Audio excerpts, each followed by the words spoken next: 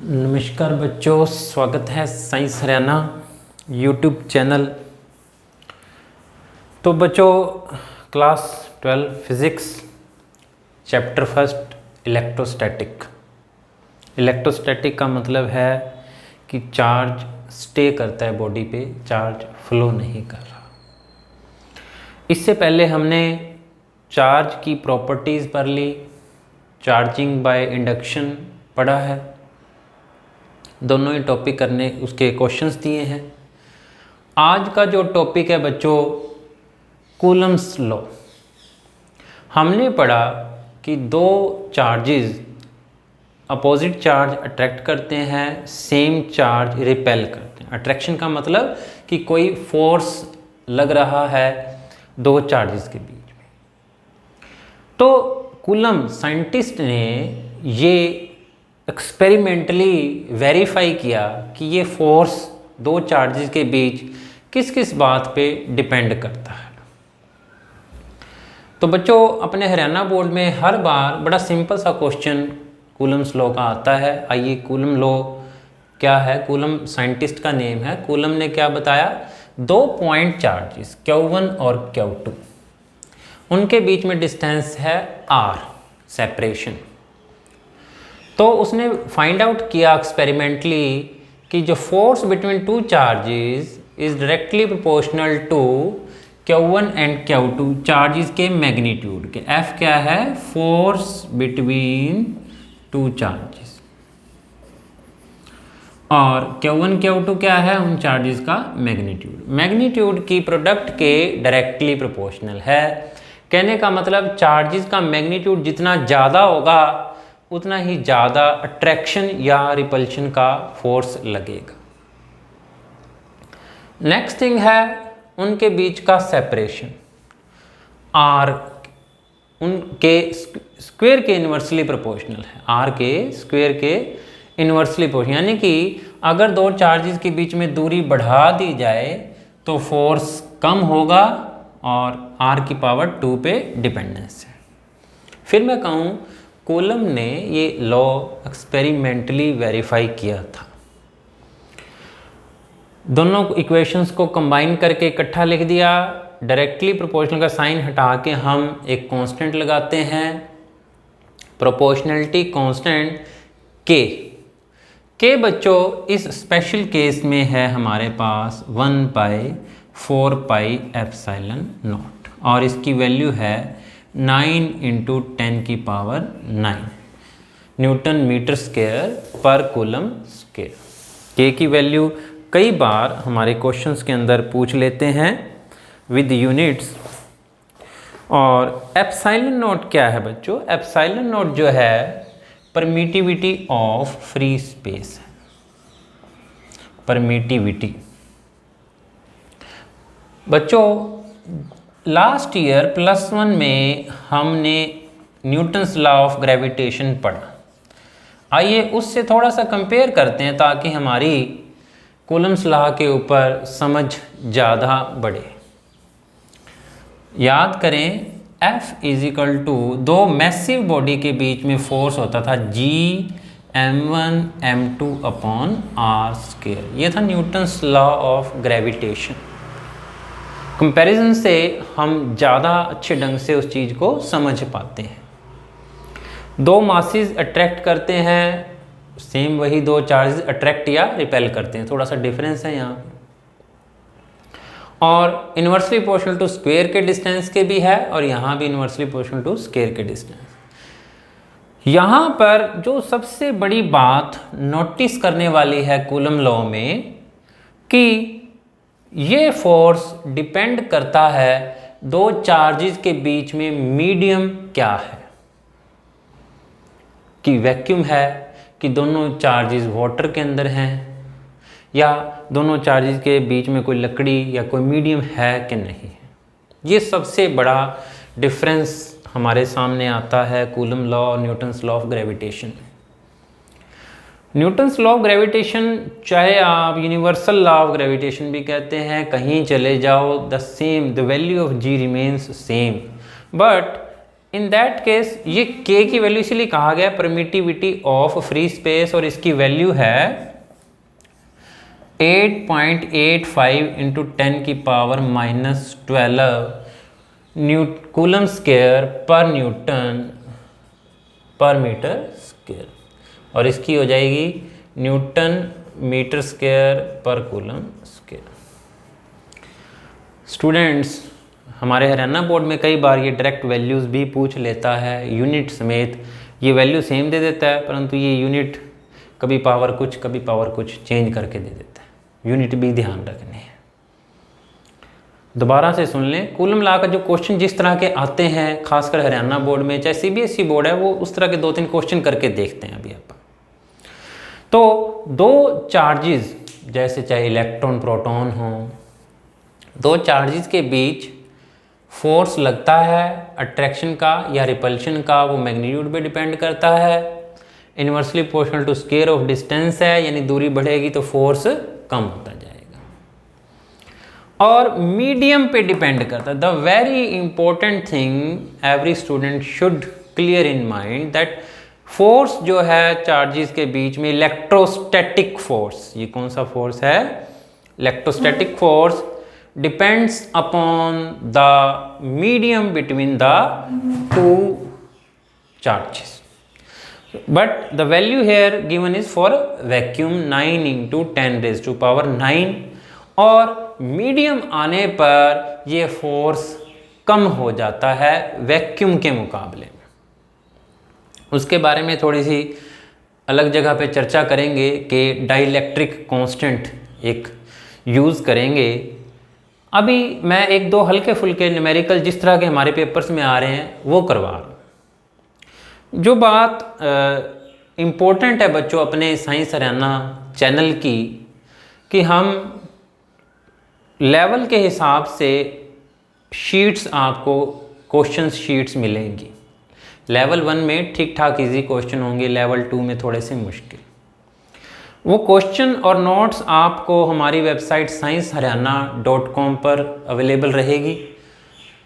Website के अंदर ही उस लिंक में नीचे यूट्यूब वीडियो ये वाला अवेलेबल रहेगा, या यूट्यूब वीडियो में देखोगे तो डिस्क्रिप्शन बॉक्स में आपको वो टेस्ट मिल जाएगा। यानी कि पहले वीडियो देखो, फिर टेस्ट करके देखो कि आपने कितना सीखा। और नंबर मैंने अपना दे रखा है, उस पर आप चेक करवाएं कि मेरे कितने क्वेश्चन ठीक हैं। ये दोनों +1 +2 दोनों के लिए ये हमारा सिस्टम चल रहा है। तो बच्चों अब हल्के फुल्के क्वेश्चन करने सीखते हैं आप कूलम्स लॉ के, और फिर हम करेंगे vector form of coulomb law. Coulomb law के क्वेश्चन जो हैं जिस तरह के आ रहे हैं उस तरह की बात करते हैं आप।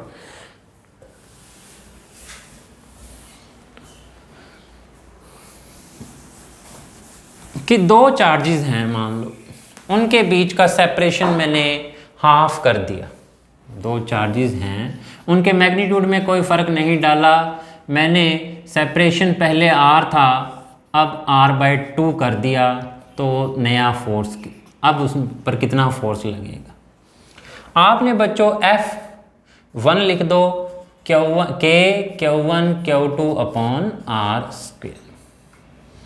F2 नया फोर्स, मीडियम तो चेंज नहीं किया, कई बार मीडियम भी चेंज करने के लिए क्या, चार्जेस के मैग्नीट्यूड पे कोई फ़र्क नहीं पड़ा, R चेंज किया, R को क्या कर दिया, हाफ कर दिया। वैसे तुम्हें पता होना चाहिए कि पास आने पर फोर्स बढ़ जाएगा, 4 गुना बढ़ जाएगा, क्योंकि स्क्वायर के इनवर्सली प्रोपोर्शनल है। लेकिन हम इसको आराम से करेंगे, करने का तरीका सीखेंगे।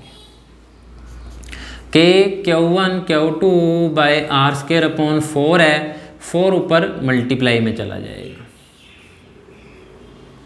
Q1 Q2 अपॉन r² क्या था, वो तो F1 था, या आप चाहे तो F2 अपॉन F1 कर लिया करो। ये है F2 कितना है, 4 Q1 Q2 अपॉन r²। अगर आपको कोई कन्फ्यूज़न कहीं आए कि क्या था, तो बच्चों ये सारा डाटा सेम है, कैंसिल कर जाएगा, 4/1। तो F2 bye F1 is equal to हो जाएगा 4 टाइम ऑफ F1, यानी कि 4 गुना हो जाएगा। इस तरह के बहुत सारे क्वेश्चन आते हैं। r/3 कर दिया, पिछले साल चारों ऑप्शंस में किसी में r/3, किसी में 2r, किसी में r/2, इस तरह के क्वेश्चन आपको टेस्ट में भी दूंगा। तो अब जो हम सीखने जा रहे हैं, जो कैलकुलेशन वाले क्वेश्चंस हैं वो ज़्यादा प्रैक्टिस के लिए हैं, जो स्टार्टिंग में आपको एनसीईआरटी के क्वेश्चंस मिलेंगे। तो एक चीज़ जो और भी है बच्चों, हमारे नेक्स्ट वीक तक प्रॉब्लम्स मैंने सारी सॉल्व कर ली हैं एनसीईआरटी की, उनको स्कैन करके उनके वीडियोस बनाने हैं बच्चों। बस वीडियो बनाने बाकी हैं, पहले स्कैनिंग करनी बाकी है।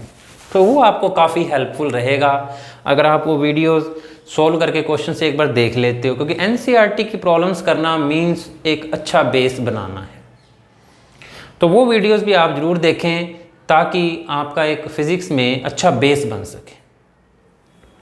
तो वो कुछ अभी स्कैनिंग बकाया है बच्चों उसमें। अभी हम कर रहे हैं वेक्टर फॉर्म, क्योंकि फोर्स वेक्टर क्वांटिटी है। वेक्टोरियली कूलम लॉ कैसे लिखते हैं, काफ़ी काम आता है ये हमारे vector form of coulomb law. इसके अलग से ही क्वेश्चन करने पड़ेंगे, एक लेक्चर पूरा लगता है वेक्टर फॉर्म सुपरपोजिशन प्रिंसिपल के क्वेश्चंस के ऊपर। अगला फिर लेक्चर सुपरपोजिशन प्रिंसिपल का होगा कि कई चार्जेस इकट्ठे आ जाएं, उनकी वजह से एक चार्ज के ऊपर फोर्स कैसे लगता है, और उनके 3-4 क्वेश्चन करेंगे आप। वो काफ़ी इंपॉर्टेंट है कंपटीशन पॉइंट ऑफ व्यू से भी और अच्छी नॉलेज के लिए।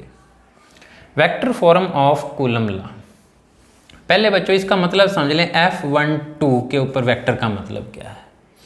F12 का मतलब है force on charge 1 due to 2।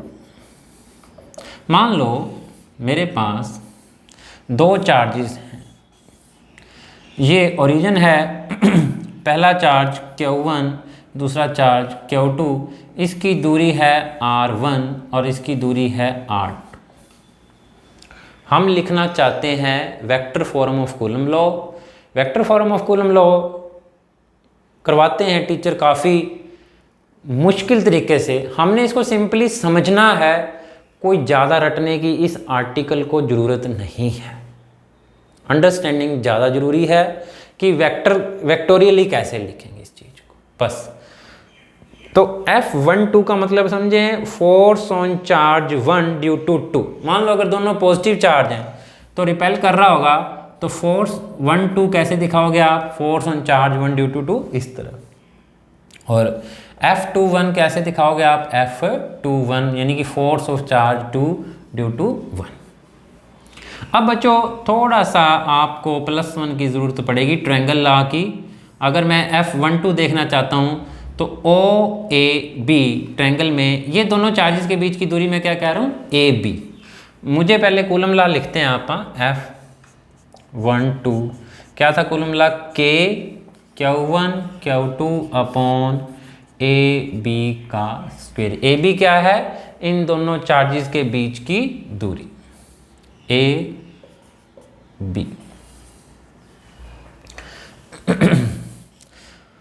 तो बच्चों O से A, OB एक R2 वेक्टर है, BA एक वेक्टर है, इसका नाम अभी अपन ने देना है जो काफ़ी काम आएगा आपको वेक्टर फॉर्म लिखने में। बस यही एक की पॉइंट है इस आर्टिकल का। OA वेक्टर है R1। ध्यान से देखो बच्चों, आपको ट्रायंगल लॉ याद हो, 2 वेक्टर एक ही डायरेक्शन में हो तो तीसरा वेक्टर अपोजिट डायरेक्शन में क्या रिप्रेजेंट करता है? Resultant R A B। तो यहाँ पर 2 वेक्टर एक ही डायरेक्शन में कहाँ से हैं? OB BA, और OA क्या रिप्रेजेंट कर रहा है? रिजल्टेंट रिप्रेजेंट कर रहा है। तो यहाँ पे मैं थोड़ा सा बुक में नोट्स आपको दे रखे हैं, वैसे नोट कर लेना। आपको OB plus BA is equal to OA, ये ट्रायंगल लॉ कहता है बच्चों। तो BA की वैल्यू क्या हो जाएगी मेरे पास? B से A जो वेक्टर है BA, तो OA माइनस OB। OA क्या है? OA तो R1 है और OB है R2। बच्चों R1 माइनस R2 घटा नहीं रहे उनके मैग्नीट्यूड को, वो वेक्टोरियली घट रहे हैं। वेक्टोरियली घटने का मतलब क्या होता है, r1² + r2² + 2r1 r2 cos theta. यहाँ इनके ऊपर वेक्टर लगा हुआ है। तो यहाँ पर अब मैं bA की वैल्यू पुट कर सकता हूँ। और F12 की डायरेक्शन क्या है, क्योंकि वेक्टोरियली लिखने जा रहा हूँ मैं, फ्रॉम B to A। आप इतनी बात पहले समझें, फिर अपने आप बात समझ आ जाएगी। BA क्या है, दोनों चार्जेस के बीच की दूरी। और F12 फोर्स की डायरेक्शन क्या है, B to A, B से A की तरफ। फिर मैं कहूँ कोई एग्ज़ाम के नज़रिए से कोई इंपॉर्टेंट नहीं है, जस्ट अंडरस्टैंडिंग के लिए ये आर्टिकल है। सुपरपोजिशन प्रिंसिपल में ये फॉर्मूला काम आएगा, जस्ट इसकी डेरिवेशन कोई ज़्यादा रटने की ज़रूरत नहीं है, समझ लो, समझना ज़रूरी है क्योंकि ट्रायंगल लॉ की हेल्प से हो रहा है। अब मुझे यहाँ BA की वैल्यू पुट करनी है r1 - r2, और इसको शॉर्टकट में बुक्स में कर रखे हैं r12, 1 से 2 की r12। तो बच्चों अब मैं BA की वैल्यू, इसको शॉर्टकट में लिख दिया r1 - r2, मैग्नी वेक्टर का नाम क्या दिया गया है, r12। तो अब मैं लिख सकता हूँ सारा आर्टिकल, एक BA को लिख सकता हूँ, फ्रॉम B to A क्या चीज़ है वो लिख सकता हूँ, और उसके बाद हमारा आर्टिकल ख़त्म हो जाएगा। तो F12 के Q1 Q2, BA मैंने अभी भी देखा क्या है, r1 - r2 लिखना है, पहले r1 - r2 लिख दो, और का स्क्वायर, मैग्नीट्यूड का स्क्वायर, r12 यूनिट वेक्टर। इसको थोड़ा सा सिंप्लीफाई तरीके में लिखना है, तो K Q1 Q2 r12 का स्क्वायर r12 यूनिट वेक्टर। मेरे नज़रिए से ये ज़्यादा बेटर है, लेकिन यूनिट वेक्टर क्या होता था बच्चों, वेक्टर की डायरेक्शन अपॉन में उसका मैग्नीट्यूड। तो अगर आप यहाँ पे यूनिट वेक्टर की जगह पे वेक्टर लिखना चाहते हैं तो नीचे क्यूब आ जाएगा, क्योंकि एक मल्टीप्लाई भी करना पड़ेगा उसके मैग्नीट्यूड से। तो K Q1 Q2 r12 का क्यूब और r12 वेक्टर F12। तो बच्चों ये है vector form of coulomb law. इसका जो मेन पर्पस है समझाने का वेक्टर फॉर्म का, कि दोनों चार्जेस एक दूसरे के ऊपर इक्वल एंड अपोजिट फोर्स लगाते हैं। आप F21 के लिए ये सारा एक्सरसाइज जब करेंगे डायग्राम बना के, तो वो आएगा F21 आ जाएगा -K Q1 Q2 upon r12 का क्यूब r12 वेक्टर। तब हम कहेंगे कि F21 तो बराबर है -F12 के। जो मेन बात जहाँ पर हमें पहुँचना है vector form of coulomb law से, कि दोनों charges equal and opposite force लगाते हैं। F21 = -F12। तो बच्चों आज हमने कूलम लॉ सीखा, vector form of coulomb law सीखी। इसका टेस्ट होगा जो डिस्क्रिप्शन बॉक्स में, उसका लिंक दे दूंगा मैं। sciencehariana.com पर नोट्स पहले ही साझे किए हैं, आप नोट्स वहाँ से भी प्राप्त कर सकते हैं। अगला टॉपिक होगा सुपरपोजिशन प्रिंसिपल, उसके कम से कम 3 या 4 न्यूमेरिकल करवाऊंगा, तब वो ज़्यादा आपके माइंड में क्लियर होगा। यूज़ किसका होगा, vector form of coulomb law का। और हमारा पहला चैप्टर कह लो, चाहे काफ़ी टॉपिक एक तरह से ख़त्म हो जाएंगे। तो बच्चों धन्यवाद जुड़े रहने के लिए साइंस हरियाणा के साथ। पढ़ते रहें, मेहनत करते रहें, मेहनत का कोई अल्टर नहीं है। सुरक्षित रहें, घर पर रहें, मास्क लगाएं, सैनिटाइज करें, बाहर जाएं तो, और मेहनत करें बस। थैंक यू बच्चों।